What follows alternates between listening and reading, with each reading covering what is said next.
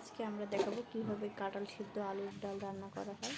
প্রথমে আমরা আলুটা মেশ করে নিয়েছি, তারপরে কাঁঠাল সিদ্ধ করে বিচিটা আলাদা করে নিয়েছি। তারপরে এখানে বিভিন্ন রকমের মশলা, পেঁয়াজ কুচি, মরিচ বাটা, জিরা বাটা, আদা রসুন বাটা, তেজপাতা।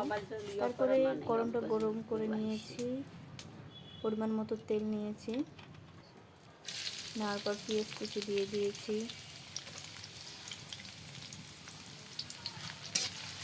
পেঁয়াজ কুচিটা আমরা ভাজবো। তরকারি কিছুক্ষণ ভাজার পর হালকা লাল লাল ভাব যখন চলে আসছে, হালকা লাল লাল ভাব যখন চলে আসছে তখন আমরা জিরা বাটা, রসুন বাটা দিয়ে দিয়েছি, আদা বাটা একটা ছিল। এখন আমরা মরিচ বাটা দিয়ে দিলাম। মরিচটা আমরা ভেজে তারপরে বেটে নিয়েছি। এখানে আলাদাভাবে কোনো মরিচ গুঁড়া ইউজ করিনি, শুধু কাঁচা মরিচ ভেজে ইউজ করেছি। স্বাদ পাওয়ার জন্য আপনারা নিতে পারেন আপনাদের ইচ্ছা। তারপর আমরা হলুদ দিয়ে নিয়েছি পরিমাণ মতো। হলুদটা নেড়ে দেওয়ার পর পরিমাণ মতো লবণ নিয়েছি। এরপরে দিয়েছি তেজপাতা। আর তেজপাতা দেওয়ার পর পরিমাণ মতো পানি দিয়ে নিয়েছি। এখানে আরেকটা জিনিস হচ্ছে, আমরা দুইটা লবঙ্গ, দুইটা হচ্ছে একটা ফল দিয়ে নিয়েছি। এটা বেটে আমরা দিয়ে দিয়েছিলাম। আপনার মন চাইলে দিতে পারবেন, না হলে নয়। তারপরে আমরা হচ্ছে কিছুক্ষণ নাড়াচাড়ার পর সিদ্ধ কাঁঠালটা দিয়ে নিয়েছি। আগের কোনা সেভ হলো আবার করলে একসাথে করা যাবে। নিয়েছি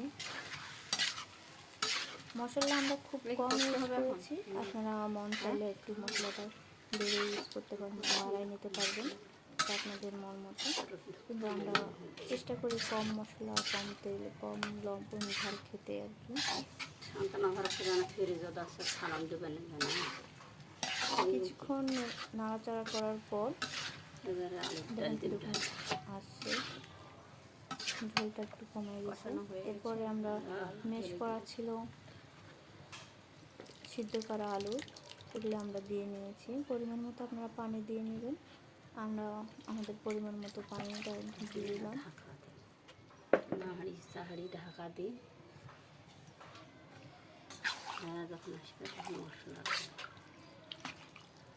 নাড়াচাড়া করে নিয়ে নিতেছি।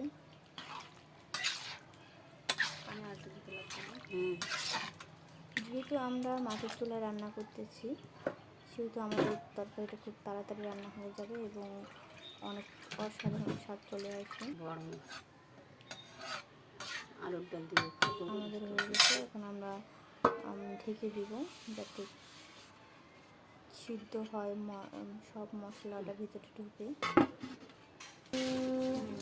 কিছুক্ষণ পর 10-15 মিনিট পর আমরা দেখছি যে দেখুন ভিতর থেকে লেগে যাচ্ছে কিনা, পানি পরিমাণ বা ঝোলের পরিমাণ ঠিক আছে কিনা। দেখেছি ঠিক আছে, একটু কমলে একটু ভালো হতো। তারপরে আমরা এর মধ্যে ডিম ভাজা দিব। এর মধ্যে আমরা ডিম ভাজা দিব, এই জন্য আমরা রেডি করতেছি কীভাবে ডিম ভাজবো সেটা রেডি করতেছি। আপনাদেরকে একটু দেখাই দিয়েছি, আপনারা আপনাদের মন মতো যেভাবে ডিম ভাজতে পারেন সেভাবে ভেজে নিন, কোনো সমস্যা নেই। এটা আমি তারপরে দেখাই দিয়েছি যে কীভাবে আমরা ডিমটা ভেজে খাই।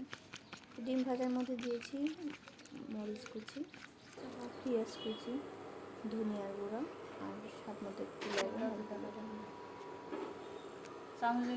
এভাবে ডিমটা ভাজতে অনেক ভালো লাগে আর কি, খাইতে মজা লাগে। অনেক কিছু হলুদ আর ইউজ করেন, আমরা ধনিয়া গুঁড়োটা ইউজ করি, তবে আমরা ইউজ করি।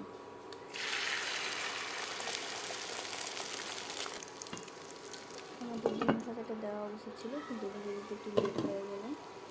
ডিমটা ভেজে নিলাম।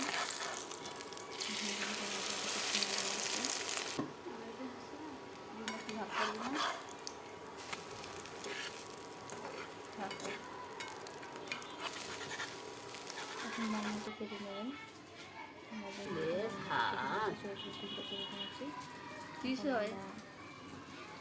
এই তরকারির মধ্যে দিয়ে দেবেন। মশলা গুঁড়ো আর নুন।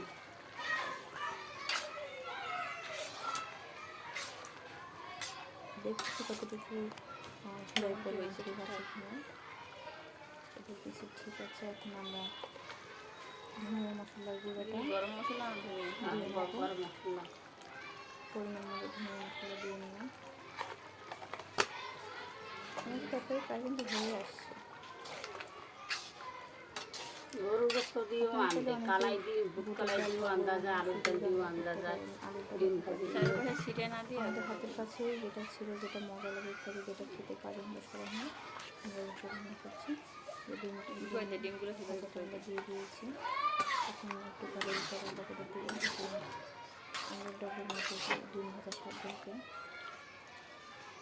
দেখুন আমাদের তরকারি মোটামুটি রেডি হয়ে গেছে। কালাই আমরা দিয়েও আন্দাজা, তার থেকে দেখ যার যেটা মন চায় তাই গরম করে নিয়েছি আর কি, ডাল দিয়ে নিয়েছি। তো দেখুন আমাদের তরকারিটা কতটা লোভনীয় লাগতেছে। খেতে তো অনেক সুস্বাদু হয়েছে। আপনারা চাইলে এভাবে কম সময়ের মধ্যে রান্না করে নিতে পারেন।